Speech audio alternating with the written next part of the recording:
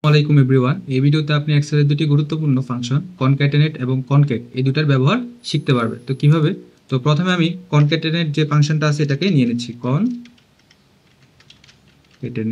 এটাকে আমি নিয়ে নিলাম। এখন দেখবেন যে এটা কমা দিয়ে দিয়ে আমাকে কিছু টেক্সট নিতে বলতেছে। তো আমি যদি এখান থেকে দুইটা কমা দিয়ে টেক্সট নিই, যেমন ধরেন যে এই দুইটা নিলাম, নেওয়ার পরে আমি এখান থেকে এটা ক্লোজ করে এন্টার দিলাম, তাহলে দেখেন আমার এই দুইটা একসাথে চলে আসছে। এখন এই ফাংশনটাকে যদি আমি রেঞ্জ আকারে সিলেক্ট করতে যাই, যেমন এখানে দিলাম কনক্যাটেনেট, দেওয়ার পরে আমি এভাবে টান দিয়ে রেঞ্জ সিলেক্ট করে দিলাম, যদি আমি দিই তাহলে সেটা নিবে না। দেখেন দুইটা ভিন্ন করে নিয়ে গেছে। অর্থাৎ এই ফাংশনটা আপনার রেঞ্জটা নেয় না, তবে আপনি চাইলে কমা দিয়ে দিয়ে টেক্সটগুলোকে জোড়া লাগাতে পারবেন। আর এই ফাংশনের বৈশিষ্ট্য হচ্ছে এটা আপনাকে রেঞ্জ সিলেক্ট করতে দিবে। একে তো কমা আপনি ব্যবহার করতে পারবেন, এভাবে দিলেও আপনার এটা কাজ করবে। আবার আপনি যদি এখানে কমাটা সরাই দেন, ডিরেক্টলি যদি এভাবে রেঞ্জ সিলেক্ট করে দেন, যদি রেঞ্জ সিলেক্ট করে দেন তা এন্টার দেন এবং সেটা পুরোটাই আপনাকে নিয়ে নেবে। এখন এখানে কোনো স্পেস নাই, যদি আপনি স্পেস দিতে চান তাহলে অবশ্যই এখানে দিতে পারেন কমা দিয়ে দিয়ে।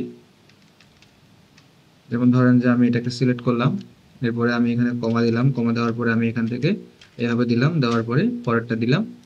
সেমভাবে আমি যদি পরেরটা দিই, কমা দিলাম, একটা করে স্পেস এখানে দিতে হবে আমাকে মাঝখানে, এটা স্পেস আমি দিয়ে দিলাম, স্পেস কমা। এরপরে যদি আমি C2টা নিই, এরপরে যদি এন্টার দিই তাহলে দেখবেন যে সরি এখানে দুইটা হয়ে গেছে। ওকে, তাহলে আমার এখানে এটা নিয়ে নিস।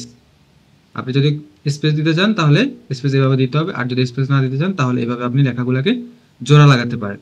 একই জিনিস আপনি অন্য একটি ফাংশন দ্বারা করতে পারেন, যেটা ফাংশন না এম্পারসন। তো আমি যদি এখানে ধরেন যে এই সেলটা ডাইরেক্টলি সিলেক্ট করলাম, করার পরে আমি যদি এখান থেকে এন ব্যবহার করি, এরপরে আমি স্পেস দিয়ে যদি এটা দিই, দেখবেন যে আমার এটা নিয়ে নিচ্ছে। অর্থাৎ আমি এই দুইটার যে ব্যবহার এটাকে শর্টকাটেও ব্যবহার করতে পারতেছি। কি এখন আমার যদি এখানে কোনো স্পেস প্রয়োজন হয়, যখন এখানে স্পেস নেই, একইভাবে আপনি এখানে যেটা করবেন সেটা হচ্ছে যে একটা স্পেস দিয়ে দিবেন, দেওয়ার পরে আবার এম্পারসন দেওয়ার পরে আপনি এন্টার দিবেন, তাহলে দেখবেন যে মাঝখানে স্পেস চলে আসছে। এরকম আরও ট্রিক্স এন্ড টিপস পেতে আমার পেজটি ফলো করে দেন, ইউটিউব থেকে হলে সাবস্ক্রাইব করে দিন।